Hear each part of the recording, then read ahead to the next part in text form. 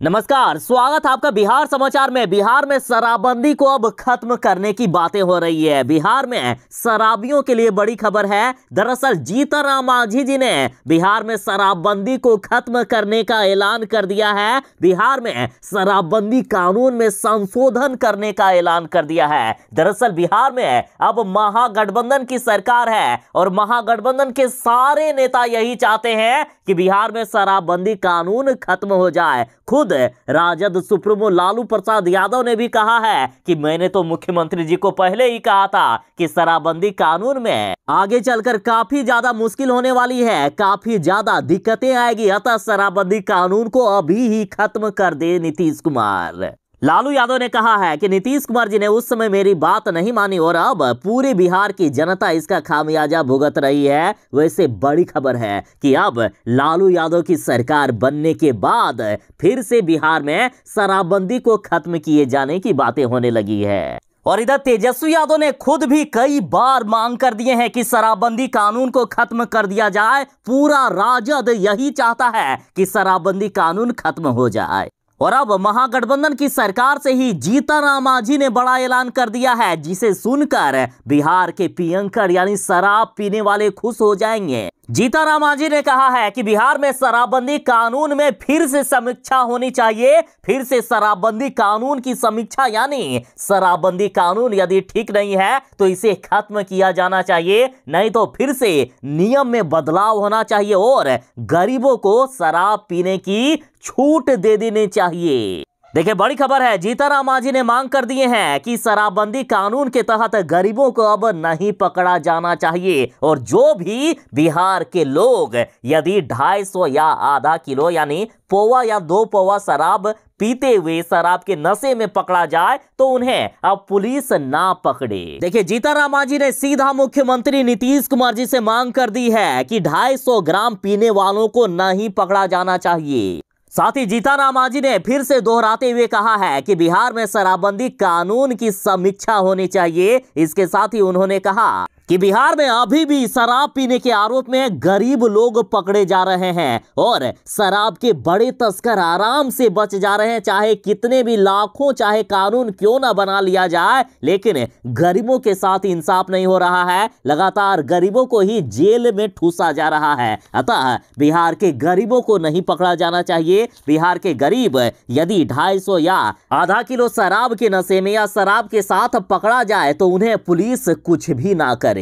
जीतन राम मांझी ने कहा है कि बिहार में 70% लोग जो जेलों में बंद है वो गरीब हैं, जो महज आधा लीटर या 250 ग्राम शराब पीते हुए पकड़े गए हैं। चाहे बिहार हो या गुजरात, शराब पीने के आरोप में गरीब लोग पकड़े जा रहे हैं। यह गरीबों के साथ अन्याय के समान है, ऐसा नहीं होना चाहिए। वहीं जीतन राम मांझी ने शराबबंदी कानून की फिर से समीक्षा होने की मांग कर दिए।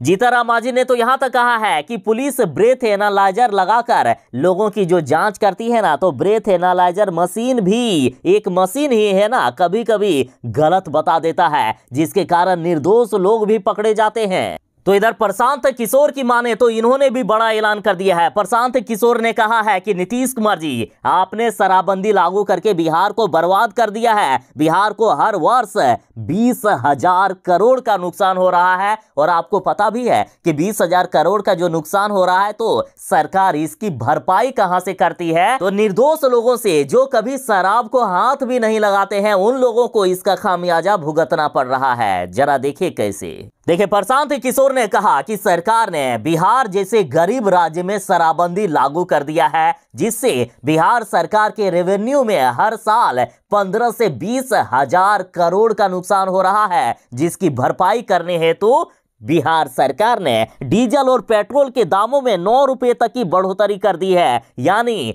वैसे बिहार की निर्दोष जनता जो कभी शराब को हाथ भी नहीं लगाती है, उसे भी आज महंगाई के दौर से गुजरना पड़ रहा है। डीजल पेट्रोल में 9 रुपए तक की महंगाई झेलनी पड़ रही है। यदि बिहार में शराबबंदी आज लागू नहीं होता तो आज बिहार की जनता के लिए बड़ी राहत की बात होती। और हाँ, ये भी बात है कि शराबबंदी कानून सिर्फ लागू है, शराब नहीं बंद हुआ है। जो राजस्व बिहार सरकार को प्राप्त होनी चाहिए 15 से 20 हजार करोड़ प्रति वर्ष, वो आज शराब माफियाओं के खाते में जा रहा है। बिहार में जो ओरिजिनल शराब बिकनी चाहिए उसके जगह जहरीली शराब बिक रही है और बिहार के लोग धड़ाधड़ मारे जा रहे हैं। यहां तक तो कहा जा रहा है कि बिहार में अब शराब की होम डिलीवरी तक होती है, जिसमें से बिहार के कई बच्चे शामिल होते हैं। और यदि आपको विश्वास नहीं हो रहा है तो जरा पटना हाईकोर्ट का ये जजमेंट देखिए। पटना हाईकोर्ट ने खुद कहा है कि बिहार में शराबबंदी के कारण आज बिहार के युवा बर्बाद हो गए हैं। सरकार पूरी तरह से फेल है, अतः इसी शराबबंदी का आखिर क्या फायदा।